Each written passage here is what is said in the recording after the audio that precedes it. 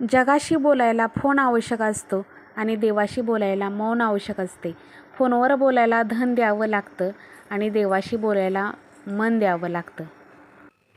जेव्हा सगळे जगाचे दरवाजे बंद होतात तेव्हा देवाचा दरवाजा उघडा असतो. अंधार कितीही गडद असो आशेचा दिवा नक्कीच उजळतो. फक्त धैर्य सोडू नका आणि विश्वास ठेवा माझ्या त्या देवावर. जो मनापासून विश्वास ठेवतो तो कधीच रिकाम्या हाताने आपल्या देवाच्या दारातनं जात नाही. म्हणून लोकांशी संवाद साधण्यापेक्षा, लोकांशी आपल्या अडीअडचणी सांगत बसण्यापेक्षा आपल्या देवापाशी मन हलकं करा. आपला देव एक ना एक दिवस उशीर लागेल पण नक्कीच त्याची कामगिरी तो चोख पार पाडतो. हाय, हॅलो, नमस्कार सर्वांना. श्री स्वामी समर्थ. स्वामिनीज लाईफस्टाईलमध्ये तुम्हा सर्वांचं खूप खूप मनापासून स्वागत आहे.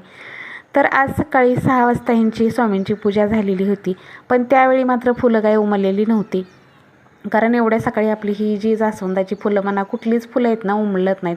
एक अर्धं दुसरं फुल असेल तो उमलत असेल, पण जास्वंदाची फुलं आहेत ना त्या कळ्याच राहतात एवढ्या सकाळी. तर सकाळी ह्यांना लवकर जायचं होतं, त्यामुळे स्वामींची पूजा वगैरे ह्यांनी लवकर केली होती. आणि तसंही त्यांची लवकर पूजा होते माझ्या पूजेच्या अगोदरच, कारण ते माझ्या अगोदरच सगळं त्यांचं आवरलेलं असतं त्यामुळे. तर ते जर फुलं वाहिली नव्हती त्यांनी ते सकाळी लवकर पूजा वगैरे करून गेले. मी टायमिंग बघितला होता, घरातनं ते बाहेर पडताना 6:15 वाजले होते.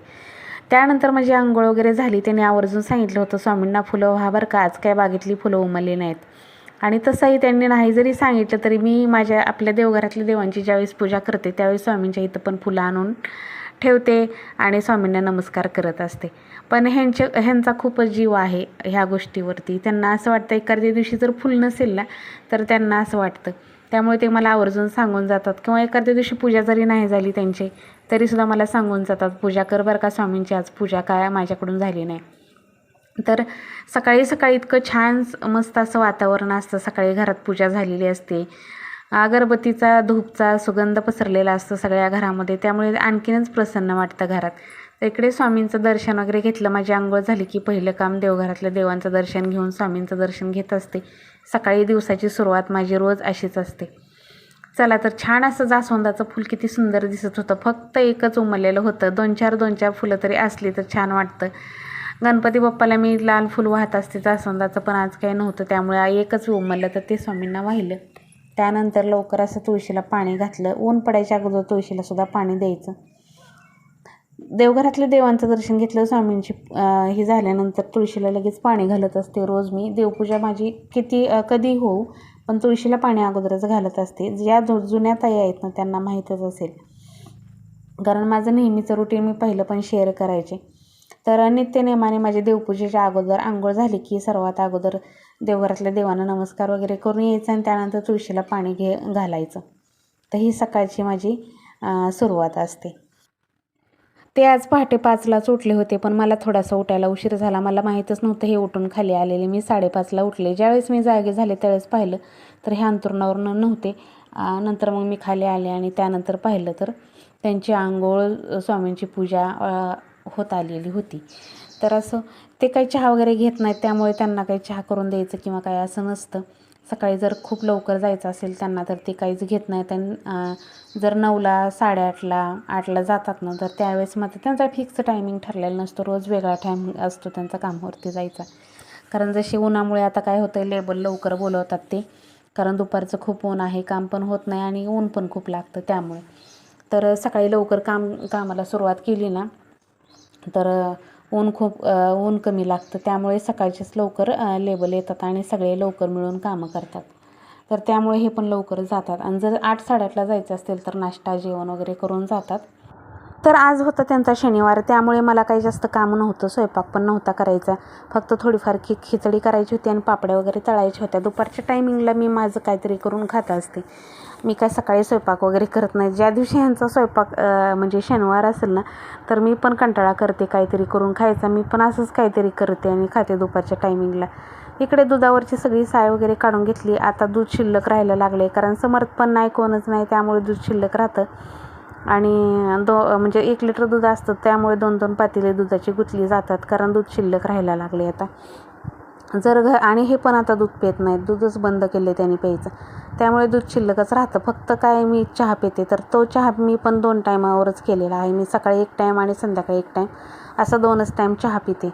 त्यानंतर इकडे ह्यांना आहे ना शेंगा दिल्या होत्या ओल्या. आता आमच्यात गावामध्ये ना रोज ह्यांना कोण काही ना काही देतच असतं.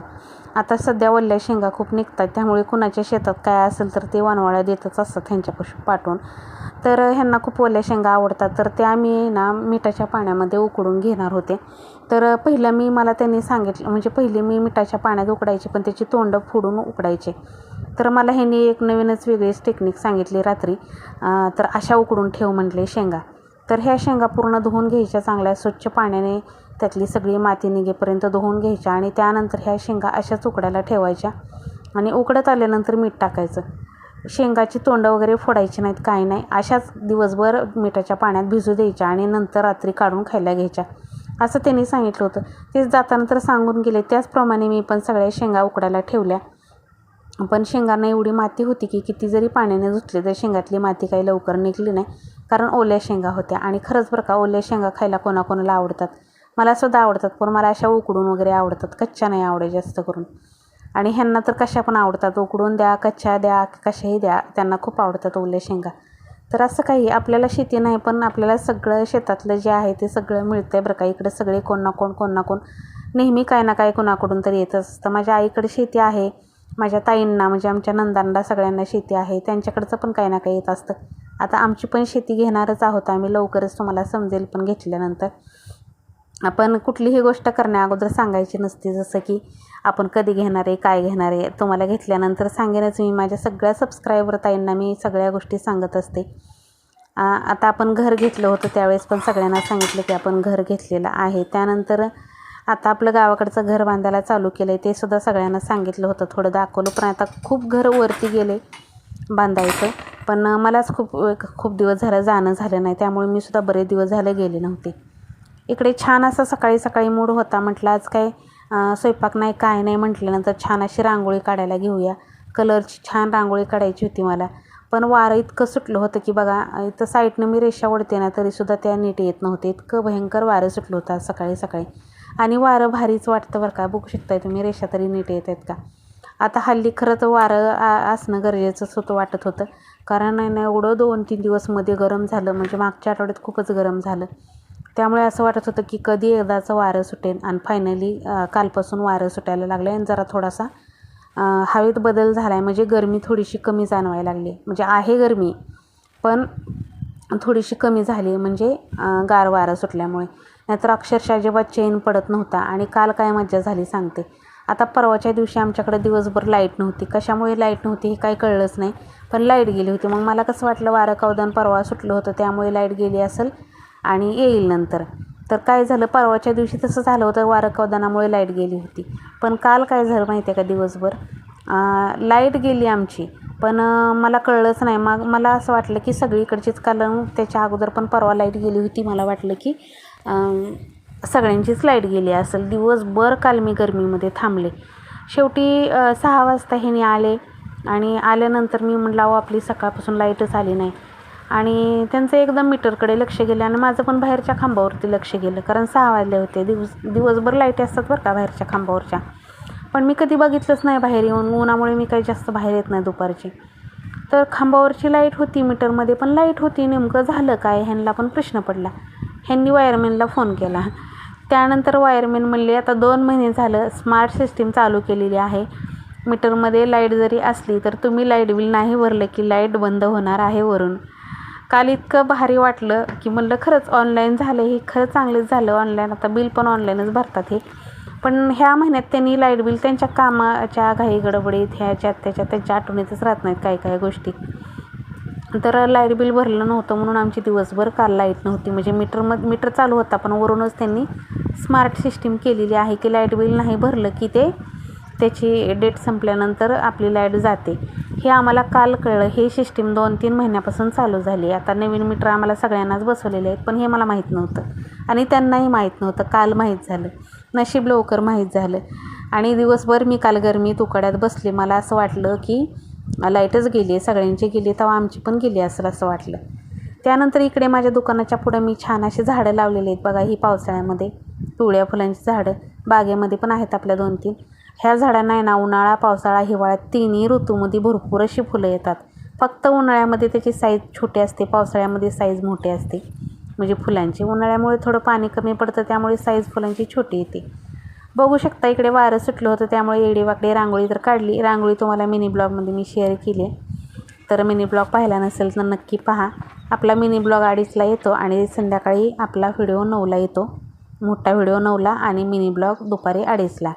ज्या दिवशी संध्याकाळी 9ला मिनी ब्लॉग नाही मोठा ब्लॉग टाकला नसेल ना संध्याकाळी 9ला, तर दुपारी 1ला टाकत असते. पुन्हा एकदा सांगते, लक्षात ठेवा. 2:30ला रोजचा नित्यनियमाने 2:30ला आपला मिनी ब्लॉग येतो आणि रात्री संध्याकाळी मोठा ब्लॉग येतो. ज्या दिवशी रात्री मोठा ब्लॉग नाही आला त्याच्या दुसऱ्या दिवशी दुपारी 1ला येईल. तर असं टायमिंग ठेवलेलं आहे म्हणजे सगळ्यांनाच बरं पडतं. इकडे छान अशी देवपूजा वगैरे करून घेतली. देवांना फुलं वाहिली. नारळ तर आपले खूप चांगले आलेत. नारळ आपल्या शेतातच लावायचे, त्यामुळे नारळ मी किती जरी मोठे झाले तरी इथंच ठेवणार आहे आता सध्याला. ज्यावेळेस आपलं शेत घेईल ना तर त्यावेळेस त्या शेतामध्ये लावायचे, अशी माझी खूप मनापासून इच्छा आहे. आणि जे शेत घ्यायचं आहे ना आपल्याला, त्या शेतामध्ये मी सगळी फळं झाडं लावणार आहेत. नारळ, आंबे, चिक्कू, पेरू सगळे झाडं लावणार आहेत. मला खूप आवड होती पहिल्यापासून आपल्याला शेत असावं आणि त्या शेताच्या बांधावरती ना सगळीकडं अशी भरपूर अशी झाडे असावी, झाडं लावावी आणि सगळी फळांची झाडं असावी, अशी माझी खूप इच्छा आहे. आईसाहेब आणि माझे स्वामी, माझी तुळजाभवानी आईसाहेब, येडेश्वरी आईसाहेब ह्यांच्या कृपेने माझी इच्छा लवकरात लवकर पूर्ण होणार आहे. आता कुठलीही इच्छा पूर्ण होण्या अगोदर सांगायचं नसतं असं म्हणतात, पण काय नाही, माझ्या आईसाहेबांचा माझ्यावरती आशीर्वाद आहे, स्वामींची कृपा आहे, आईसाहेबांचा आशीर्वाद आहे, तर सगळ्या गोष्टी चांगल्याच होत असतात. तर नारळ मात्र आपल्या शेतामध्ये लावायचा आहे. आईच्या शेतामध्ये सुद्धा लावू शकतो, पण पाण्याचा थोडा प्रॉब्लेम आहे. उन्हाळ्याचे दिवस आहेत ना, तर शेतात आता जर नारळ नेऊन लावला आईच्या शेतामध्ये तर पाणी घालायला नसल्यामुळे कोणी तो नारळ नाही येणार. त्यामुळे म्हटलं थांबावं थोडंसं आणि त्यानंतरच लावायचं आहे नारळ आपल्या शेतामध्ये. इकडे छान माझी देवपूजा वगैरे झाली. गरम तर एवढं होतं. आज साडी घातली होती, 2 दिवस झालं गाऊनवरच व्हिडिओ केलं, पण मला पण ते योग्य वाटत नाही. पण गरमीच तेवढी होते, तुम्ही तर करणार काय. आणि बघा माझ्यासारखं असं कोण करतं सांगा मला कमेंटमध्ये. साडी घातली पण साडी नवीन आहे, ह्या साडीवरचा ब्लाऊज शिवलेला नाही बरं का. कुठल्या पण साड्या माझ्या नेहमी मी ज्या वापरायला काढते त्या सगळ्या साड्यांचं असंच असतं, ब्लाऊज शिवायच्या अगोदरच साडी मला कधी घालते असं होतं. साडी घातली, साडीची पिन वगैरे व्यवस्थित आलीच नव्हती कारण गडबडीत साडी घातली होती आणि त्याच्यावरती काळा ब्लाऊज घालून दिला विदाऊट. कारण आता ब्लाऊज कधी शिवणं होतं आहे हे काय सांगता येत नाही. आता गरमीचे दिवस आहेत त्यामुळे मला इच्छाच राहिली नाही मशीनवर बसायची. पण शिवल लवकरच ह्या सगळ्या साड्यांवरचे ब्लाऊज, कारण सगळ्या साड्यांवरचे ब्लाऊज शिवलेले असले की मग साड्या पण घालायला बऱ्या पडतात.